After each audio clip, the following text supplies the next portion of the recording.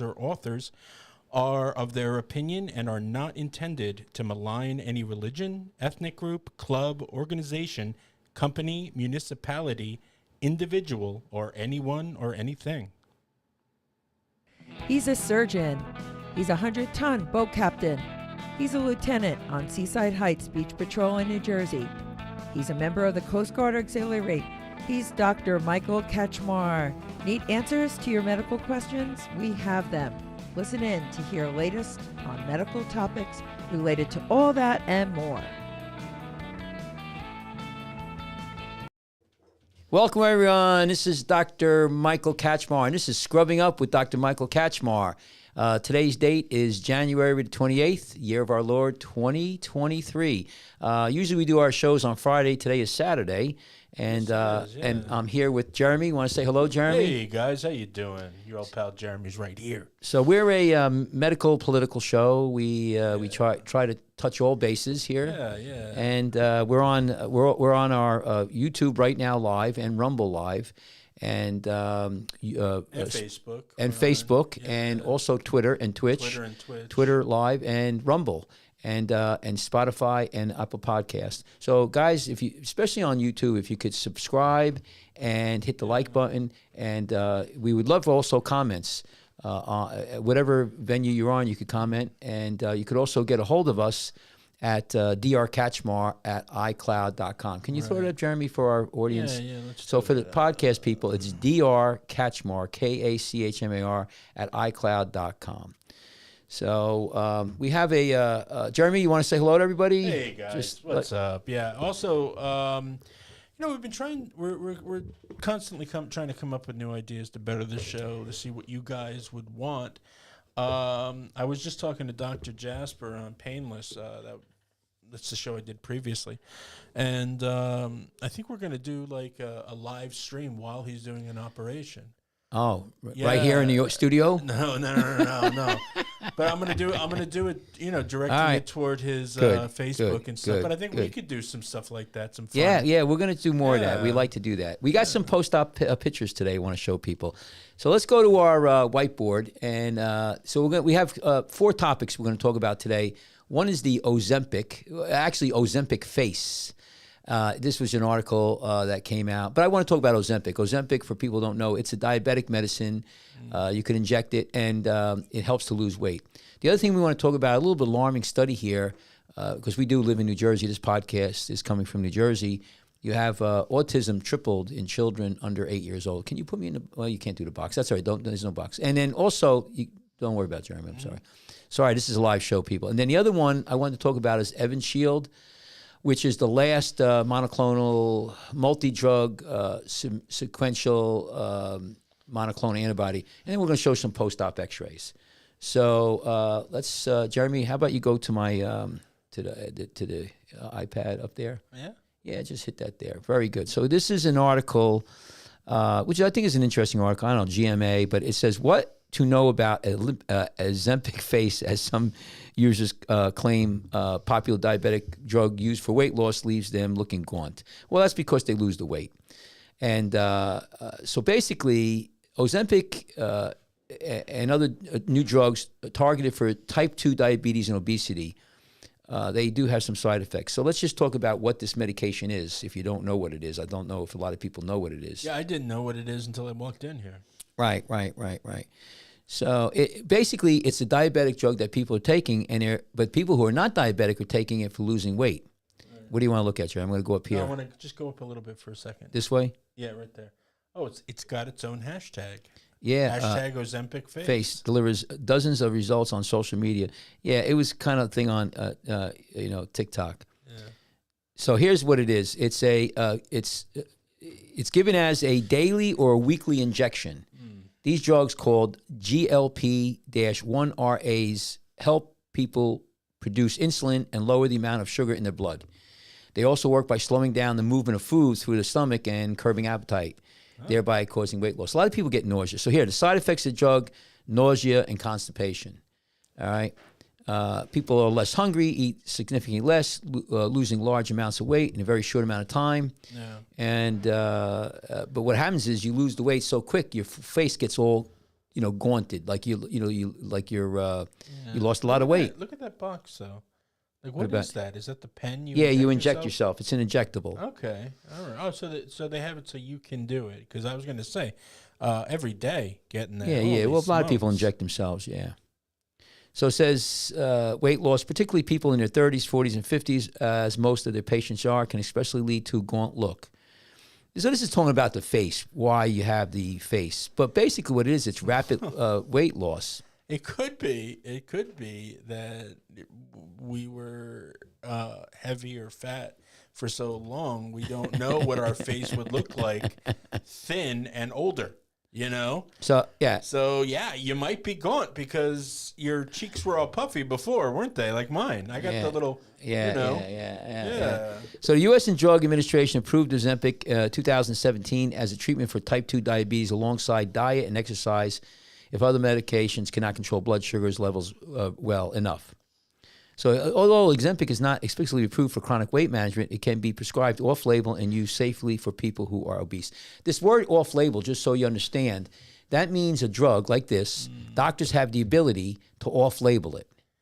Yeah. I could give it to you for weight loss, even if you're not a diabetic. The only time we couldn't off-label was during the pandemic, when the governors of this state and many states and the federal government didn't allow us to prescribe certain medications for the virus. For a certain word that happened in 2020. Right. It was the first time in my life I couldn't off-label a drug. And that was like a kick in the chones to the doctors, man. Like all of a sudden, they have no control over what they can prescribe their patients. Right. So then, of course, Ozempic and the company, I think it's I'll think of it in a minute. But so they came out with a product called Wegovy, Wegovy, is essentially the same injectable drug prescribed at a higher dosage. So they upped the dosage for weight loss.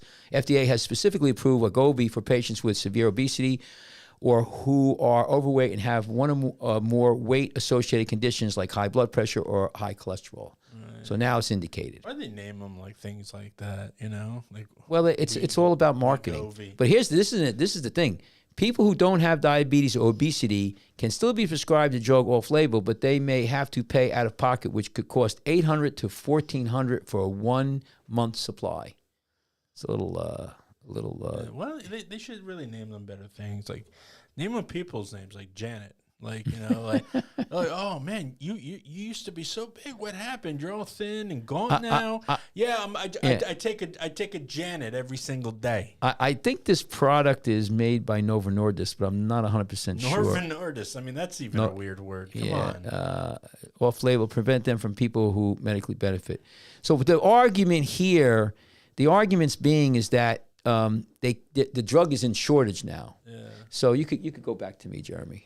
We gotta break out the Scrabble table. So do some Scrabble, because medical terms only Scrabble. Right. So that's what we gotta play. A couple things with this drug is that number one is it's been in shortage because so many people are using it, and the people who need it, like diabetics, we're having some difficulty getting it initially. Right. I think that's all done. There are a lot of side effects. What I see, mostly with people, they get really bad nausea and constipation, but it works. I mean, I've seen people, and I've heard people, they lose a lot of weight. So if you do, and I'm not a doctor, okay, bear that in mind. I am not a doctor. I'm just some schlub from New Jersey. But if you do get that gaunt look, just eat a jelly donut, eat a couple of them, and then your face might fill in just where you need it, and then stop.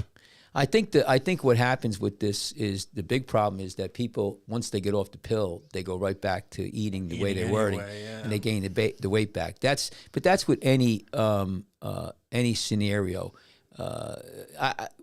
Right now, I don't know, if there's any long-term effects. People who, if you have normal insulin and you're given a medication that lowers it, does that do anything in the future? I don't know.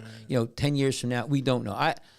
Listen, if you could lose weight the normal way, reduce your intake, exercise, that's always better. That's always more preferred.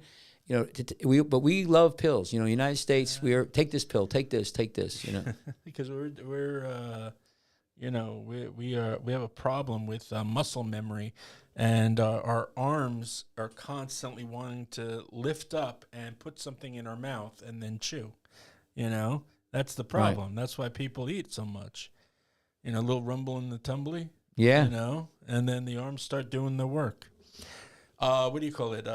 George Carlin said going to a mall and going shopping was the one thing that Americans like to do best because they get to fill their two basic needs: buying things and eating.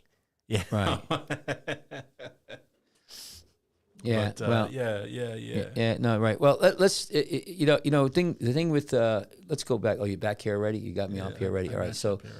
So this is another one that we want to talk about that came out, and let me just go. Let me just. Well, you didn't go to the whiteboard. So this one here, that's okay. That's okay. Let's just start here. This one is about autism, and autism is a real problem. And this article here, again, I think is a little bit, in my opinion, misleading. But we want to I want to make a point here. This published in Journal of Pediatrics found that autism rates tripled for the last 16 years. So this is research. Rutgers University took a look at 4,000 8-year-old in New York and New Jersey and said that the sharp rise in autism rates are largely due to greater awareness, better diagnosis tools, and broader definition of autism. So is there really an uptick? I don't think so. Again, reading this article, if you go back here, and this is what I wanted to point, what they're saying is that it's because we have better ability to look at this stuff. And but if you read this next paragraph, they said the sharp rise in autism rates is largely due to greater awareness, better diagnosis, better diagnostic tools, and a broader definition of autism. Researchers also noted the great increase in diagnosis were among affluent children, concluding that children in undeserved communities are not getting the same access to medical resources. See how everything is race. This article here got my attention, and that's the very lead here. So is there because you got to understand, Rutgers is getting paid big money for these research. They're getting grant money. And this fuels the fire of, what? You're a victim. You're not getting diagnosed. Let me tell you something. I don't know every doctor in this state. I don't know every program. New Jersey has NJ Health. So many people have access to care in this state. I see it in the ER. So that, to me, that's bullshit. This article here is basically, again, fanning the flame. Fanning the flame. Oh, so really, is there an increase in autism? So this study, in my opinion, again, this is just an article, is poor. But I think we all should think about this.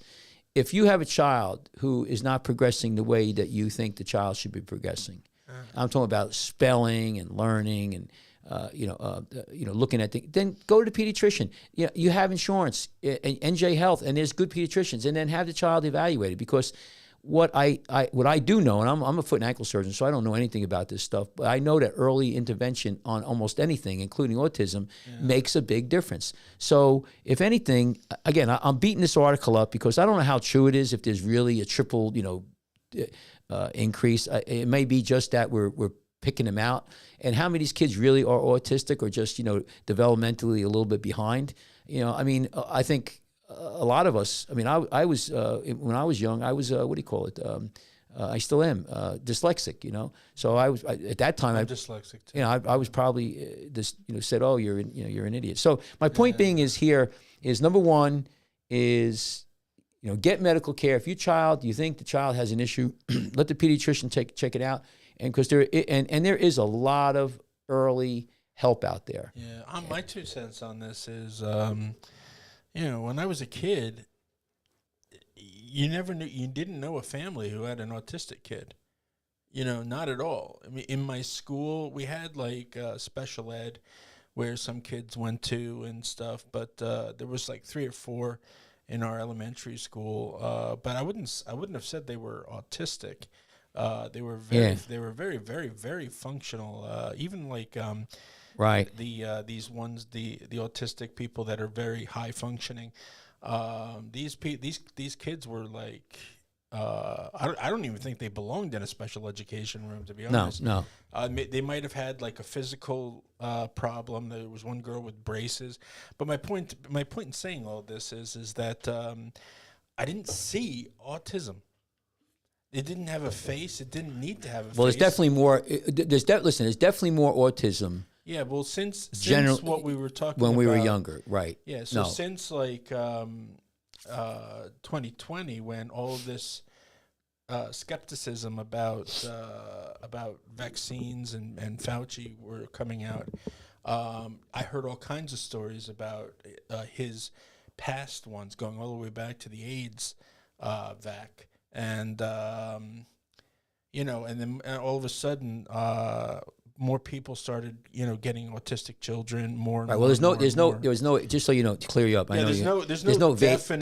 there's no AIDS vaccine. Just so you know. Well, what teams. That's medication, right? Yeah, You make a good point. Why is my point is all of these different vacs that were created over time. They all had special little warnings on their labels and stuff. But how many we were taking? How many did we know? If you mixed all of this together, like what your kids are going to be like when they're born? Yeah, I don't know. I don't know what to tell you. There's been the allegation that vaccines that we take, the measles, the mumps, the polio, has some issues here. There's been thousands of studies supposedly say not. I actually got to look into it deeper, and and I encourage anybody listening to do a little research about that, to see about why we have so many autistic children today, as opposed to well back in the day. There was none. Right, it could be a million things. You know. I mean, especially with stuff like, and this is off the autism track here, like peanut allergies. Right? Yeah. When I was a kid, nobody had a peanut allergy or a tree nut allergy or anything like that. Now, you don't. You definitely know. Like in every family, there's one or two people with those kind of problems. Right. Well, it could be. I'll tell you, Jeremy. What's changed? There's a huge amount. There's a huge amount of processed foods. There's a huge amount of chemicals in our water, in our air. There's a huge amount of plastics. There's a huge amount of drug use. Kids are smoking marijuana. Marijuana today is 20-30% THC. There's so much stuff all over the place. We going on. The food we eat, the air we smell. So I don't know. But let me make a point about this autism thing, just to because here, no, people with autism have a wide variety of traits affecting communication, behavioral, and socialization. There's spectrum means that there's a wide variety of symptoms and severity. And again, a child any age, socioeconomic status, or ethnic group can get ASD. Boys, however, are 4 times more likely to be diagnosed with autism than girls, based on a study ages 8 years and older. Yeah. Kids that have a sibling with autism, and especially a twin, are more likely to have autism. And those with developmental disabilities or genetic and chromosomal diseases such as Down syndrome may also be likely to have ASD. I just want to point people out that there's a lot of different ways to treat these people. If you want to go to the American Academy of Pediatrics, and it says here, recommend all children formally screened for autism spectrum disorder at their 18th and 24-month-old well child visits. And the AAP says pediatricians, though, will begin monitoring babies at the first well visit by observing their behaviors. So I think there's a lot going on here. You can put me back, get out of this. Yeah. I think that there's a lot of, in New Jersey and New York, I don't think you have the prejudice. I mean, first of all, I don't know if it is in other states, but I can tell you right now, New Jersey is so progressive. It goes over backwards. There's so much care here. There's so many people. I don't buy this bullshit that it's because the people don't have access. Right. They have access. Now, here's the thing: whether or not they use the access or they want the access, but every day, I go on the internet. Governor Murphy is talking about NJ Health, for poor people, for people who have it's all you could get it. You could get care. Yeah. Okay, and then once you get the insurance. There's no reason why not to go. There's plenty of doctors up North Jersey who will take it. They're on the payroll.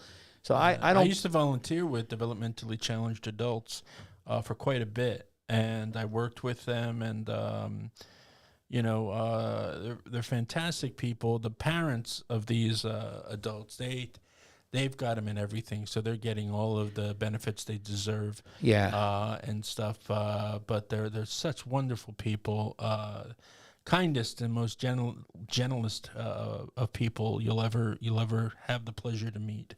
Yeah, well, the real question is, here's the thing is there an increase in autism? I don't know what the reason for autism. We could spend hours on that. I have no idea. Yeah. I don't want to even say, but all I'm just saying is this one article here brings up a couple points. I wanted to say is, number one, get these kids, get these babies, get people evaluated for autism or spectrum as soon as possible and try to get some care. Now, some people saying that they're overdoing it. They're going crazy with this. They're like, every kid in the book is, diagnosed with autism and they're pushing the drugs for it and all of this. Right now, everybody, is he on the spectrum? Right, so that's what they say, right. Stuff like that. That's another whole thing. And, that's why you got to titrate everything. Everything is extremes in this country, one to the other. I think, though, that what I wanted to bring out about this article is that I don't see any racism in this state. I don't see it at all. No. All right. Zero. Zero racism. And so stop the shit. Stop the hate. Yeah. Stop. Here's what I do say. Just because there's a group, it doesn't mean they've got an agenda or you need to have an agenda against them. Right. Settle down, man. Well, it's a good, and I wanted to just, dive into this real quick, but like this thing with the cops who just beat up a guy. These are black cops beating up a black guy. Now it's police brutality. Police overextend themselves. I mean, they beat the guy up. But my point is that where's the racism then? Because if it was white cops and black guy, they wouldn't be talking about police brutality. They'd be talking about white racism, white violence, because and this is why. You lose a lot of benefit here. People who are police officers, they are people. Whatever reason, some people go overboard. And I don't know what exactly happened in this case, but my point is that we got to stop looking at everything through color. We have to stop looking through everything through racism because we're never going to get out of it. We're in a hole. We're in a everything we go into in life. We run it through a color spectrum first. And the other thing is, Trump. Would you freaking stop with the Trump shit? Oh my God. Everything is like Trump did this, Trump did that. Like he's running for president. Pence came forward and said he had files. I don't give a shit, but taking full ownership of the problem. Listen, there's people in this country are everything is Trump. Everything is race, and now it's the Russian. We're on the doorstep of World War III. Thank God. If Hillary, we would have been in Russia if Hillary became president. She wanted to go after Russia. We would already be calling each other comrades. Right. Yeah, so my point is that listen, we all got to step back. Stop the hate. Stop the violence. With autism, I don't know why. I don't know if it's the vaccines. I don't know if it's the food. I have no friggin' idea. I don't know if anybody really does. But here's the deal. I know what we did in our family is for the vaccines. We got them, but we spread them out. Yeah. Instead of having like 9 injections one time. Right. We spread them out. And, so who knows? And we try to eat good food. We try to stay away from a lot of processed stuff. But, where we live, is there pollution here? A little bit more organic than... Right. The thing with autism, though, what I wanted to pull out is that, is it overdiagnosed? Maybe. Is it underdiagnosed? Maybe. Key here is get early diagnosis. That's the key. And not just to get the kid on medication. I'm not a big one about medication, but there's a lot of therapies. My friend, Joe Casino, has pediatric rehab centers. I'm not, giving him a plug, but they do good work. His daughter is a speech therapist. And they get these kids. And in my office in Bayville, there's a PT for children next door to me. And they get these kids in there, and I hear they do wonderful work. I hear it makes a big difference, huge difference. So I just want to put it out. Let's get out there early. Anyway, let's go to the next topic because we're on time. So here's the next thing, my pet peeve. So don't go to the thing yet. Just let me pull it up. So this is Evan Shield. So Evan Shield is the last multi-drug sequential monoclonal antibody. Okay. Right. Now, this drug here is the last one that was used against corona variants. So go to the video, as they say. Go to my thing here. I want to show you. So this is an article, ABC News. I'll go to your thing. Yeah. So here it is. FDA withdraws emergency use authorization of COVID drug because it is unlikely to be effective against new variants. So I just want to put this here. Hang on, let me get rid of this. Unfortunately, we're on this internet thing here. Yeah. And so Food and Drug Thursday withdrew the emergency authorization of COVID antibody therapy. And Evishield was a British pharmaceutical bio company, AstraZeneca, which authorized it in 2021. And let me just try to get out of here so we don't have... So FDA has been warning for months that Evishield might not be effective starting in February 2022. And that's been the case. This is for the Omicron subvariants BA.1 and BA.1.1. And, it goes on and on and on and on. And what's interesting, so basically it's not helping anymore. That's the last of the monoclonal antibodies, okay? Go back to me, Jeremy. I want to get out of here. So I want to make a point when, and I don't know if we get thrown off for this, but when when Corona first came out, there was a lot of treatments out there, all kinds of treatments. But one of the treatments that we used around here, and I sent people to the hospital for it. They had tents set up next to the hospitals. You go in, and some people had vaccinated, some people weren't vaccinated, but because there was, the vaccinated, and especially in the beginning, there was no vaccine. Right. And you would send them people who were sick, and they would give them an IV, and then give them what's called sequential, which means multiple drugs, multiple drugs. So one or two drugs, they're IV drugs.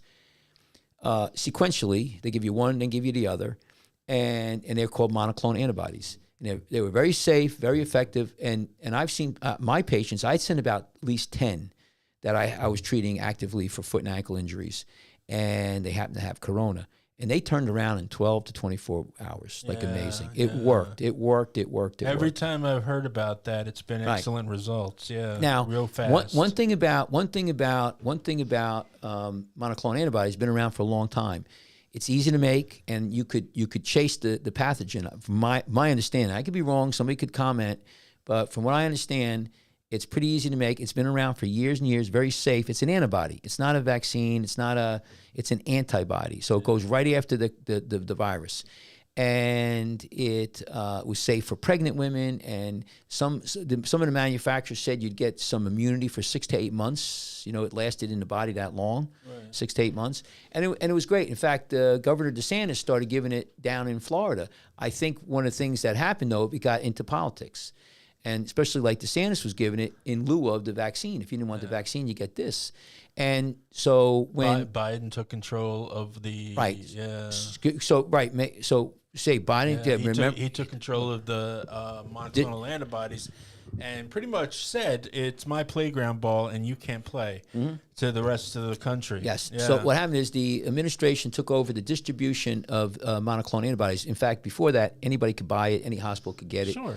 And he also defunded the research. If you look at the bills that passed, there was billions, hundreds of millions of dollars for the Pfizer. This is how you corral money in the right places. Right. And so what happened is the monoclonal antibody research and development just fell out. And this is the last one. And I'm going to make a point here. Again, I'm a foot and ankle surgeon. I'm not an epidemiologist. I'm not an immunologist. But I can tell you right now, I saw it personally. I could touch it, feel it. It worked. It helped a lot of people. And my question is, why don't we have it today? Yeah. To that 81 million people who voted for President Biden. Yeah. Thank God you did that, because you know how many people might have died, right, or may not have died from corona if we had the monoclonal antibodies still around. Fortunately, we had so many graves to dig.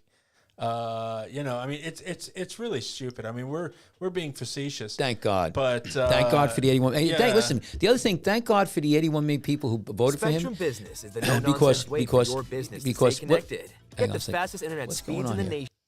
But I can tell you, thank God, because what I'm worried about, what I'm happy is that we're in Russia. We're going to finally get rid of, the Russians, and so we have World War III. So what? get rid of some people. What's another war? Make some more money. Between friends. Well, my father used to say, you know, war could be beneficial. You know, he was against the Vietnam War. My father fought in World War II. But one of the things he said is, hey, you know, it things out the population. A lot of people make big money. I mean, we're 81 million people who voted for this guy. If we have World War III, thank you. Yeah, thank you. Because that's the end of the world. Thank you, President Biden, for destroying the world as we know it. Or knew it. Anyway, I don't want to get, but here's the thing, though. Thank you. But what they did, the administration did, is put a kibosh on monoclonal antibodies. Yeah. And we're a pundit, so I'm just giving you my opinion, is that I think that drug, those sequential multi-drug monoclonal antibodies could have saved a lot of lives if they were funded and been around, and they could be making them now for the variants that we have. That could reduce hospitalization. Now, there's not as many people dying anymore from the corona, but still. Now, again, I'm just saying it maybe. So we'll see in the long run, but it's not there anymore. So this is the last one. So see ya. Yeah. There's right now officially there is no more monoclonal antibodies. They're gone. They're gone. That ship has sailed. Yeah. And you guys, just want to let you know that. You know, guys, if those of you who are listening, Mr. Joe Biden and Mr. Anthony Fauci, if you'd like to question anything that we say on our show, you have an open invitation to call in and give us an update. A good run through here. So for call-ins, you can call 732-237-4949, and you'll get on the show with us, and you can talk about all this madness we talk about here. Well, I gotta say this too. Now we're gonna get a little bit of our politics, okay? Because this is not medicine, but before we get to our post-op X-rays, and I just want to. I love my CNN. I don't know if they're, Are you're religiously watching CNN? I watch everything, not religiously. Really? So I just want to put a point here. This is an article, and thank God this guy is. I hope this guy is right. I hope to God this guy is right. But so it says, does the West's decision to arm Ukraine with tanks bring it closer to war with Russia? This is analyzed by Luke McGee, CNN. This is Luke McGee, January 28, 2023. So basically, if you read the article, he says there's no way we're not going to have a war. We're not putting anything in there. Hang on a second, I blew it here. Just give me a minute here, and then we'll go to the video. So what he's saying is that we're not going to go to war. Everything's fine. It's just going to be a little, we're going to beat them up. I don't know if Mr. McGee remembers Stalingrad or, the Russian, how, right. What the Russians did. I might not be able to do this, Jeremy. No. I'd hate to be working at CNN and messing up when my last name is McGee. All right, so put this. Go to this thing here. I just want to put here. So this is what he says here, part of the article. War would require. So you say we're not going to have war with Russia. I don't know what we are now, but he says war would require strikes carried out by U.S. or NATO forces in uniform, attacking from NATO territory against Russian forces. Russian territory or Russian populace, explains William Alberque with the Institute for Strategic Studies. So basically what they're saying, so I want to just put this on the record. They're saying right now that there's no boots on the ground. There's not going to be boots on the ground, or if there is boots, that would be when we have war. So in other words, who's going to run these tanks? And we have troops there. We have troops on the Polish border. I don't know how much troops we have. Scroll back up. So let's see that tank. Oh, there's tanks. Yeah, keep it there. So I just want to put a point here, here it says they could also include. So he has strategy here, basically saying, don't worry, American people. There's no way that we're going to go to war with Russia and have World War III. This is an isolated thing, and go get me out of this, Jeremy. And I think that I remember, see, here's the thing with people. I'm 65 years old. I remember the Vietnam War, and I read about the Vietnam War. You put in people in there just to, we send arms. Then we have supervisors. We have people who are going to help out with logistics, and then before you know it, we have troops on the ground. Okay, so where are we going Online here? is an so, essential tool for starting, running, and growing a successful business. Well, we got, actually use QuickBooks. We have Diggs, by the way, saying, "Hey, what's up? What's up?" So let me make a point about this thing with because this is a little bit politics and not medicine, but it could be medicine because a lot of people could die and get sick. We are. So don't turn the channel yet. Right. I'm going to make this, and again, I'm going to stick my. We could go back and archive this, 5 years from now. My opinion, if Trump was president right now, we would not be in war in Russia. No, of course not. The other thing that you have to worry about is China. Right now, China's making moves on Taiwan. And there's going to be a point where there's going to be no return. China was sweating during that election, man. They didn't know if it was going to go Trump or if it was going to go Biden. Jeremy, they tried. Jeremy, maybe they did know. Maybe they did know. Maybe they didn't know. They tried with all their might, but they were also shaking in their boots if their plans didn't work. Jeremy, right now, I'm telling you right now, the people are, I'm old. I've been around. You don't want to have a war. And what's going on, that area in the world, there's been fighting there for thousands of years.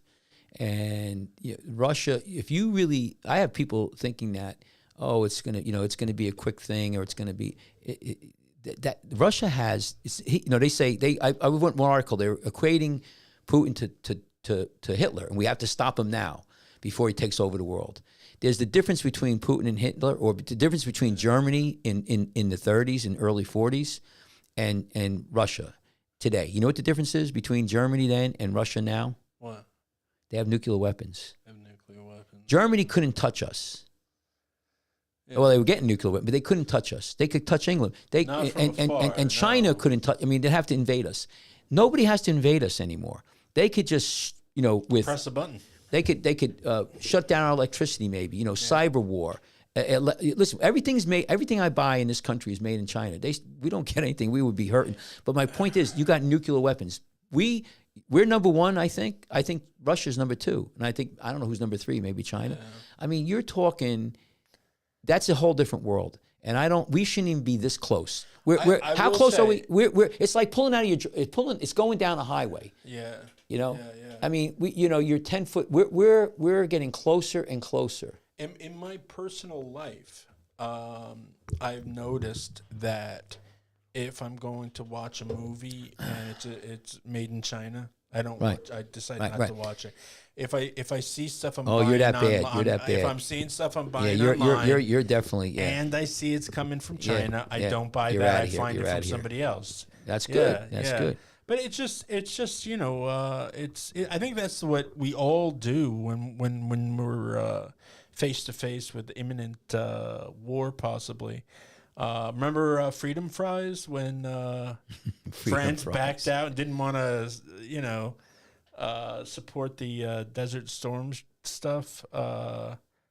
So we didn't call French fries. We called them Freedom Fries. Fries. That lasted about 10 minutes. Yeah. Well. Yeah. But anyway, let's so let me make a point there. But don't go to that yet, Jeremy. Don't go until I tell you to go. Yeah, hang on.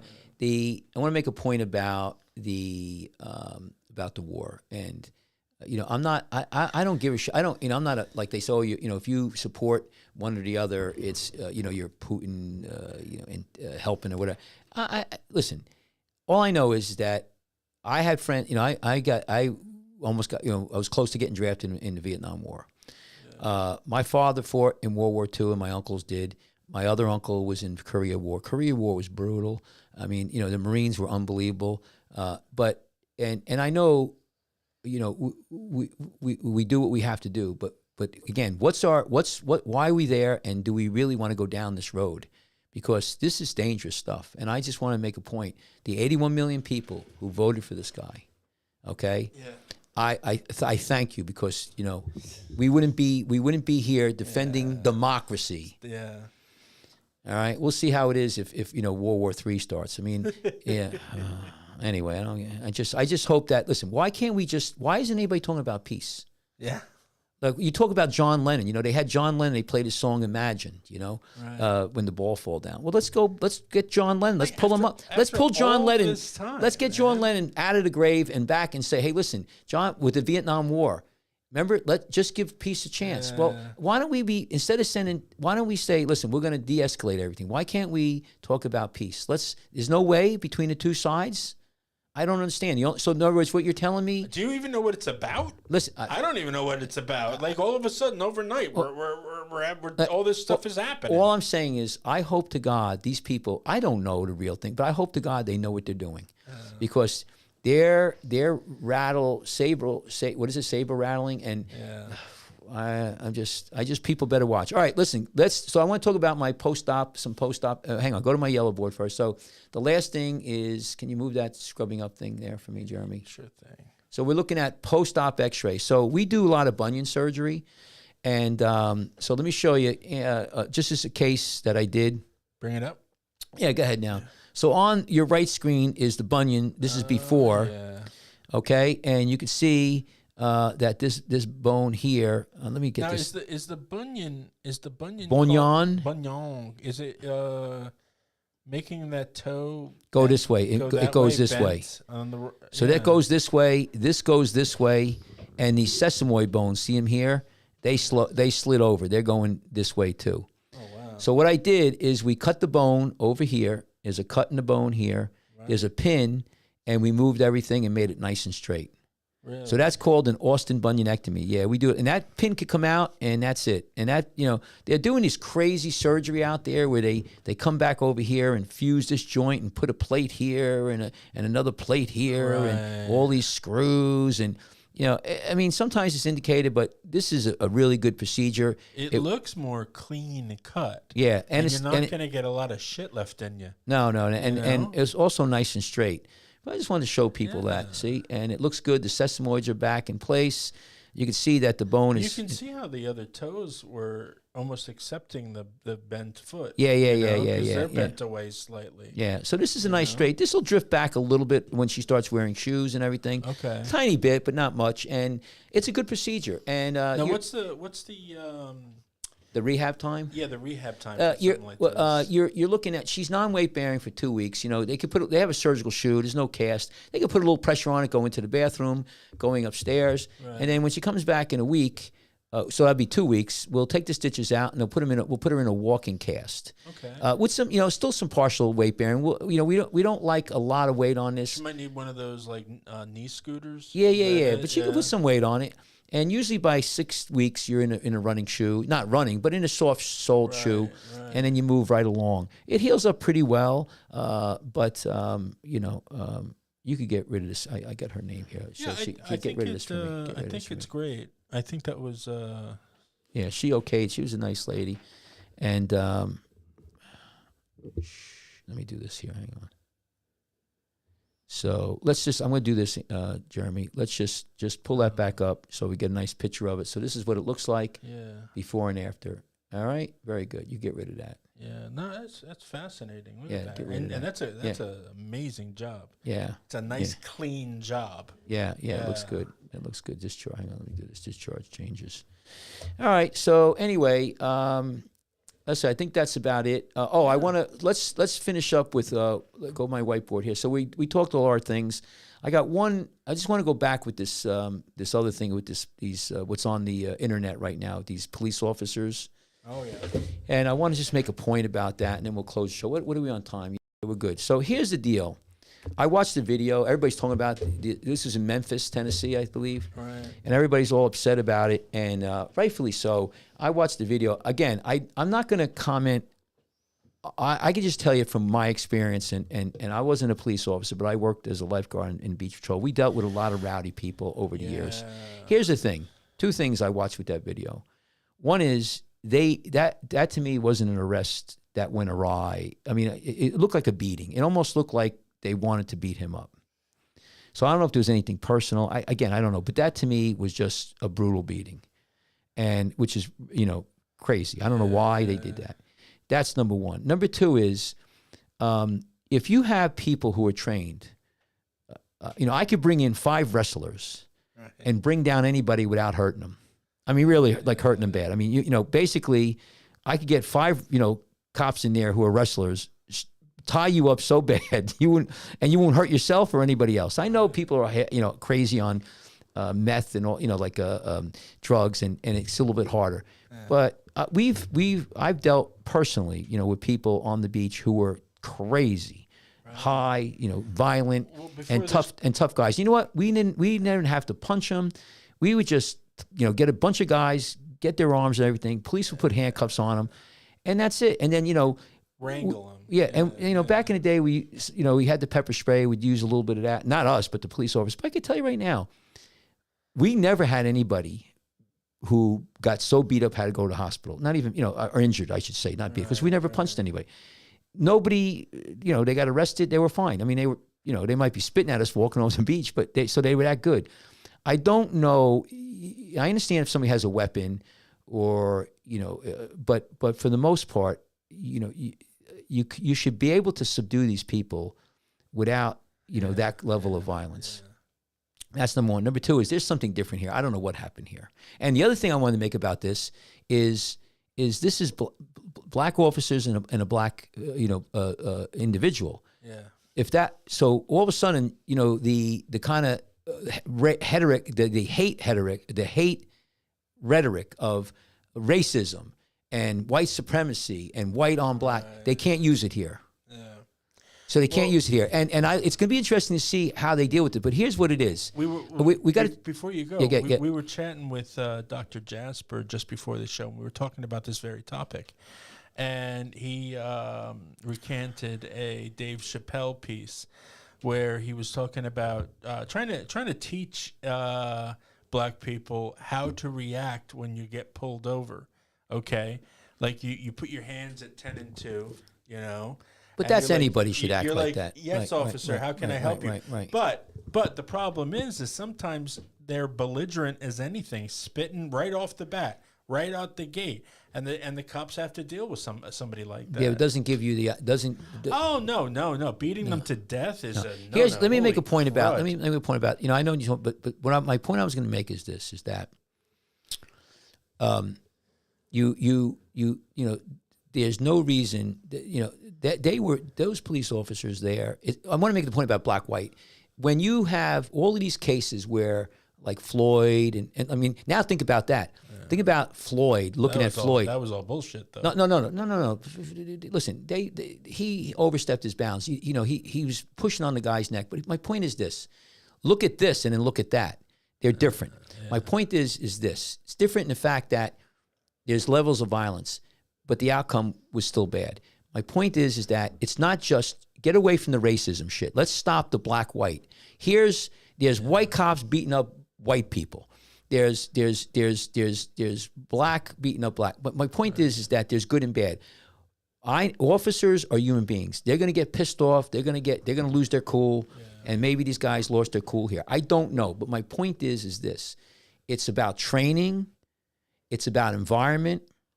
There's a lot of things going on here, and I don't know what level of training these officers had when they came on. You know, what was their background? You know, and are we looking, you know, for the best and brightest? But there's always two sides to the story. My point about this whole takeaway is this: I can see it personally. Number one is, you know, you could subdue a person if they're spitting in your face and, you know, and all of that. I understand you want to punch them out, but you can't. Right? You have to try to take the bigger. I've had people, you know, on the beach pointing their finger at me, calling me every friggin' name in the book. Digging their finger into you. They don't. Well, when they touch you, it's a little different. Then they're gonna get a. But I mean, you got to take verbal abuse. I could tell you, and if you don't want to do that, then don't do the job anymore. You can't do the job. Unfortunately, that's how it is nowadays. You're gonna get called. I get called every name in the book: the C word, the P word, the N word.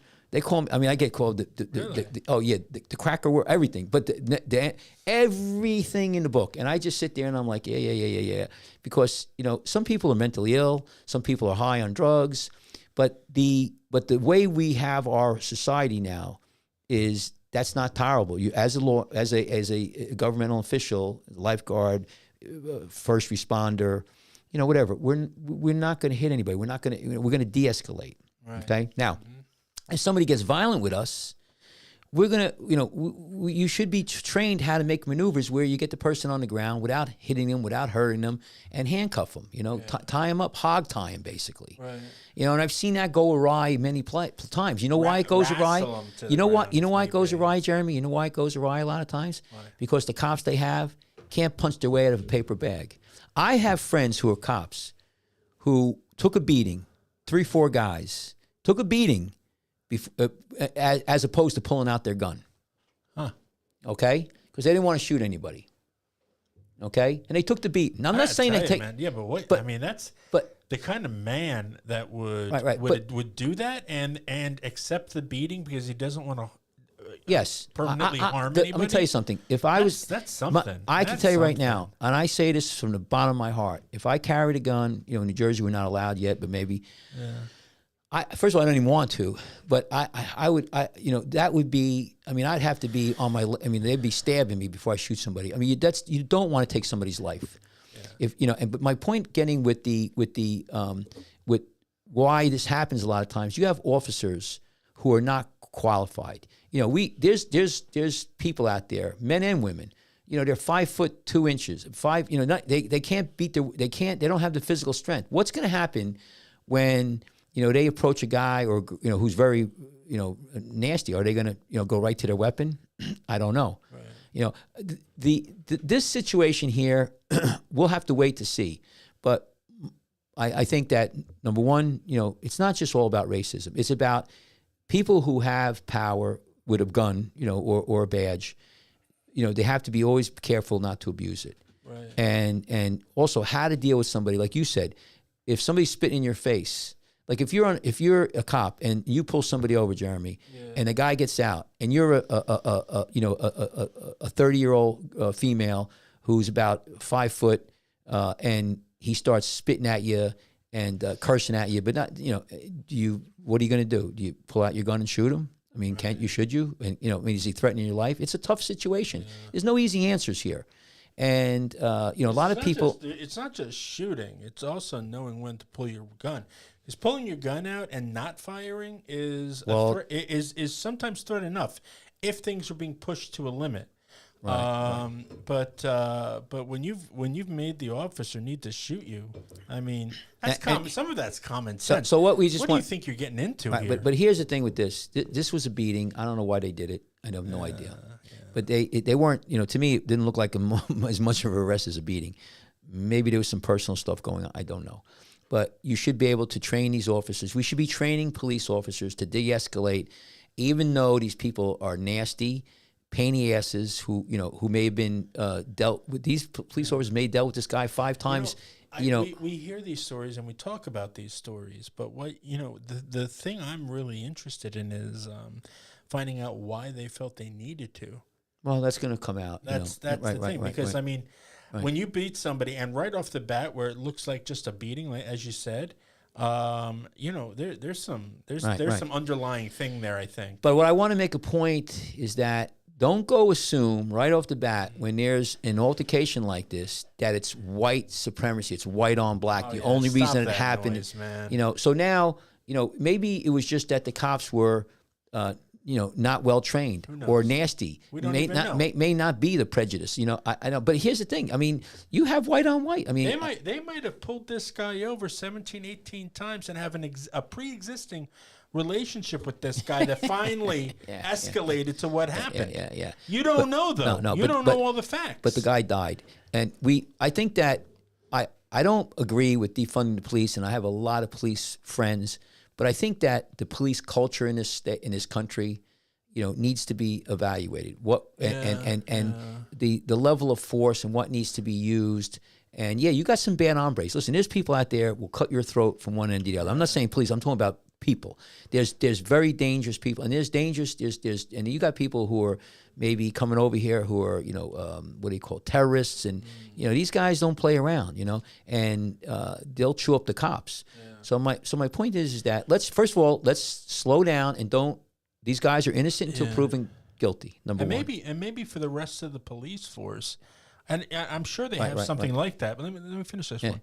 I'm sure they have something like that, or like what I'm about to say. But some re-educating on the extent that you should be able to, in certain situations, use force on another person. I mean, when it gets to the point where you're just beating them nearly to death, the person doing the beating has got to realize this is going pretty far. We got to teach our officers. Maybe they just need that education. I don't know. Well, my one buddy who we were talking, you got. I'm all for blue. I bleed blue. Right. But listen to this one, Jeremy. You know, I'm trying to give a little bit. My one friend of mine, we talked about this over the years. All these, I think it was when Floyd happened, and he said to me, he goes, Mike, he goes, I've taken beatings, like he said, and I had my gun on me, and I didn't want to pull it. I didn't feel that my life was threatened. I was getting beat up pretty good, but if it got to the point where, I was on my last breath, he probably would have pulled his gun. And how many of us have that restraint, number one? How many police officers have that restraint? Yeah. And you have, what was that guy, Alfred Hitchcock? Who was the director? Remember the guy, director? Alfred Hitchcock. Yeah, he used to say that they asked, because he made all scary movies, and they used to say to him, what scares you the most? And he said, a cop with a gun. Huh. Because a cop with a gun has the power of life and death. Right. Think about it. On a very, in front of your house, or in the street or wherever, you're not, the state of New Jersey it doesn't have executions, but the state could kill you. You could, but on a very personal one-to-one level, police officers could end your life. Yeah.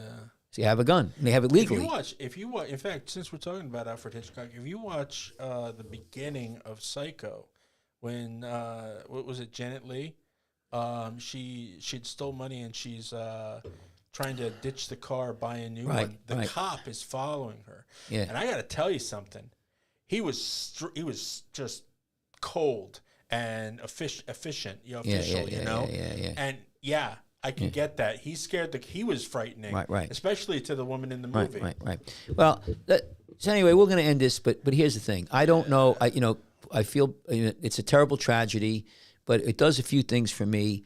I think it illustrates that not all police, I want to say, brutality or police, over exerting their physical force is racist. Yeah, it's not. It's racist. Pure. It's not racist. Now, what else? So then you have to start saying, so what else is going on here? Yeah. Because everybody, it's easy. Oh, George Floyd, the white guys killed the black guy because he's black. Right. That's easy. Don't have to think about it. It's all about the slavery, the black. And now, like, whoa, what just happened here? Yeah. These guys beat the piss out of a guy, and he's black and they're black. Now, maybe is he from like the Jews, the whites, the Germans didn't like it. So is it is there different kind of blacks or something? It's just, you gotta understand. Go back to Martin Luther King. We just had his birthday. The character, you judge people on their character, not their color of their skin. So now everybody's an individual, and that's about as far as you look at it. And you know what? Maybe God made this happen. Obviously God made it, but maybe this is happening because it comes to the forelight. Let's stop getting on racism. We have a problem in this country, and maybe in the whole world where you have maybe in this country is the police are too aggressive, or we have this violent tendency. Whatever the thing is, we need to evaluate it and we need to move away from it. Yeah. Okay. Nobody should be. And again, I deal with them on the beach. I mean, I get people who are nasty to me, and that's just unfortunate. And it doesn't matter what color they are; they're going to get nasty. And they call and they yell at me. Some of them are intoxicated. And also, I can tell you what, we have really good police in our town. If somebody touches us or starts, we like I said, I got a bunch of wrestlers. We just, we get them down on the ground, and that's the end of it. We don't have to hit anybody, which had that almost thing that you almost hit the thing there, Jeremy. Yeah. And but this case here, really got people fired up. So our prayers go out for the family, but again, remember, let's wait until we have all the information. And I know the video looks terrible, but let's see. The other one too. Talk about the other video. Did you see the one with Pelosi? No. Her husband who got banged with the hammer. Oh yeah, they had a picture. They have the picture of the guy breaking in the house. The guy was there. I can tell you right now. I don't know why they didn't want that out. That shows to me that this guy was a psycho, not Pelosi. The guy. Yeah. To me, it looks like some asshole broke in there, and then had the guy whatever he was doing. And when the cops came in, thank God the cops came in. But he, it looks like Pelosi was kind of a little bit out of it. My question is about that whole thing. Well, she's number 3 in the government, right? Yeah. Her husband. Why don't they have like maximal security there? Right there. I don't get it. I don't get that. Yeah. There were some other things that were weird. That's weird about it. Like one, they're both in their underwear, and Mr. Pelosi is calling him a friend. Right. Now, to the police officers. Right now, could they have made that up, that film, and who the frig knows? I don't know. But my point is, what I saw on the internet, it looked like this guy was this peppy guy was an idiot, and then he got in there. Whether or not he, if he didn't break in or broke in, but my point is that, my God, why don't they have like Secret Service all over there or security? If I was them, I would have like, you couldn't get close to me. Right. I would have a moat. I would have armed guards. I would have. I don't. What I'm saying? The vice president doesn't get the Secret Service. I don't give a shit. I'd buy. I would still have. I'd pay for it. Listen. I would have security. Yeah. There's all these nit-nats out there. These knuckleheads. So I don't understand how they even got. That's what got me about the whole thing. Kamala's her house isn't guarded by anybody unless she's hired a special crew. I know. I have to tell you one thing about Trump. What I heard years ago, he had special security around him for years and years. He's not stupid. That's a good point. Yeah, that's a good point. He's not freaking stupid. Of course you would. So maybe it's not all conspiracy. Maybe these people are just dumb. Yeah. You know what happened with Trump? People don't remember this.